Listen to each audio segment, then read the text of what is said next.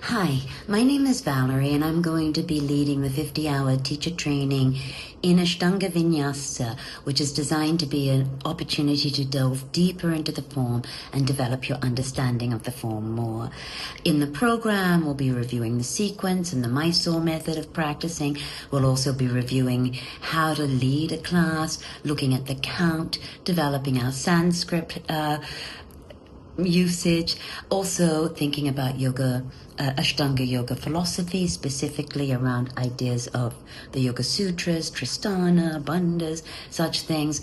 We're also going to be very interested in the woman's body in the Ashtanga practice, how we modify and adapt for different times of our cycle, for maybe pregnancies, and as we age. So it's going to be an amazing opportunity to come and practice with like-minded people, to delve deeper into the practice, to explore it. We hope you join us. Thanks.